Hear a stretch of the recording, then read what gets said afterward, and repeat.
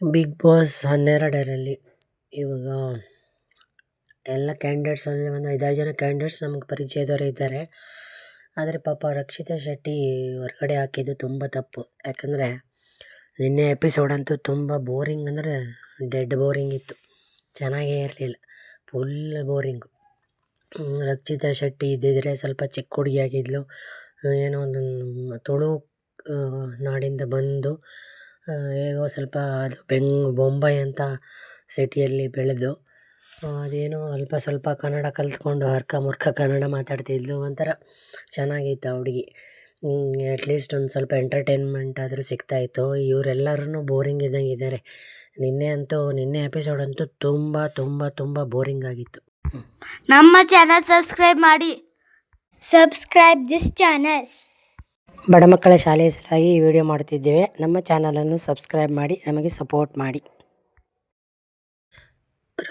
ರಕ್ಷಿತಾ ಶೆಟ್ಟಿನ ಹೊರಗಡೆ ಕಳಿಸ್ಬಾರ್ದಾಗಿತ್ತು. ಆ್ಯಕ್ಚುಲಿ ಅವಳು ಚೆನ್ನಾಗಿ ಮಾತಾಡ್ತಾ ಇದ್ಲು.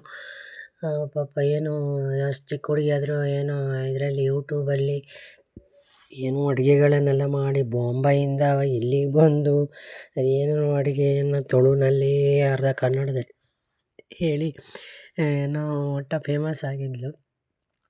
ಆ ಥರದವರು ಬರಬೇಕು, ಅದೊಂಥರ ಇನ್ಸ್ಪಿರೇಷನ್ನು. ನೋಡಿ, ಅಷ್ಟು ಚಿಕ್ಕ ಹುಡುಗಿ ಎಷ್ಟೊಂದು ವ್ಯೂವರ್ಸ್ ಇಟ್ಕೊಂಡಿದ್ದಾರೆ, ಎಷ್ಟೊಂದು ಇದು ವ್ಯೂ ಬರುತ್ತೆ ಅವಳಿಗೆ. ಅಲ್ಲಿಂದ ಇಲ್ಲಿ ಮತ್ತು ಏನೇನೋ ಹೊಸ ಹೊಸ ಟೈಪ್ ಮಾಡ್ತಾಳೆ. ಅಂದರೆ ಅಷ್ಟು ಚಿಕ್ಕ ವಯಸ್ಸಿಗೇನೆ ಅವಳಿಗೆ ಏನೇನೋ ಐಡಿಯಾಗಳು ಬರುತ್ತೆ. ಅದನ್ನೆಲ್ಲ ಯೂಟ್ಯೂಬ್ ಮಾಡ್ತಾಳೆ. ತುಂಬ ಚೆನ್ನಾಗಿರುತ್ತೆ ಅವಳು ಯೂಟ್ಯೂಬ್ಗಳು. ಅರ್ಧಂಬರ್ಧ ತುಳು, ಅರ್ಧಂಬರ್ಧ ಕನ್ನಡ, ಅರ್ಧಂಬರ್ಧ ಹಿಂದಿ, ಅರ್ಧಂಬರ್ಧ ಇಂಗ್ಲೀಷು ಎಲ್ಲ ಸೇರಿಸಿ ಮಾತಾಡ್ತಾಳೆ. ಅವಳಿದ್ರೆ ಚೆನ್ನಾಗಿರ್ತಾಯಿತ್ತು. ಇವರು ಎಲ್ಲರಿಗೂ ಸೇರಿ ಅವಳನ್ನ ಕಳಿಸೇ ಬಿಟ್ಟರು.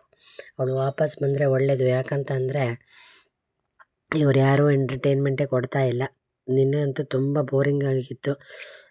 ನಾವಂತೂ ಬಿಗ್ ಬಾಸ್ ನೋಡೋಣ ಅಂತ ತೆಗೆದರೆ ಬೋರಿಂಗಾಗಿ ಅರ್ಧ ಬೇರೆ ಚಾನಲೆಲ್ಲ ಹಾಕ್ತಾಯಿದ್ವಿ. ಆ ಥರ ಅಷ್ಟೊತ್ತಿ ಒಂದು 5 ನಿಮಿಷ 10 ನಿಮಿಷ ನೋಡ್ತಾಯಿದ್ದೆ, ಆ ಥರ ಆಗಿಬಿಡ್ತು.